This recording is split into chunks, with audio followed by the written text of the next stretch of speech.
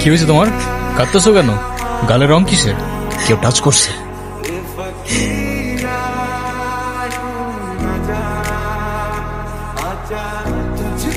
যেমনি রংটা লাগাইছিলাম না, মজাই পাইছিলাম।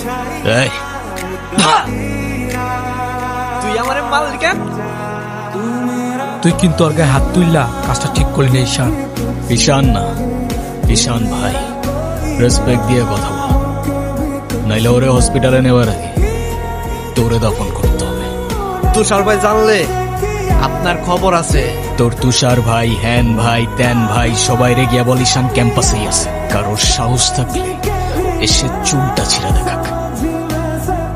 চেয়ারম্যানের ছেলে হোক আর যেই হোক, ক্যাম্পাসের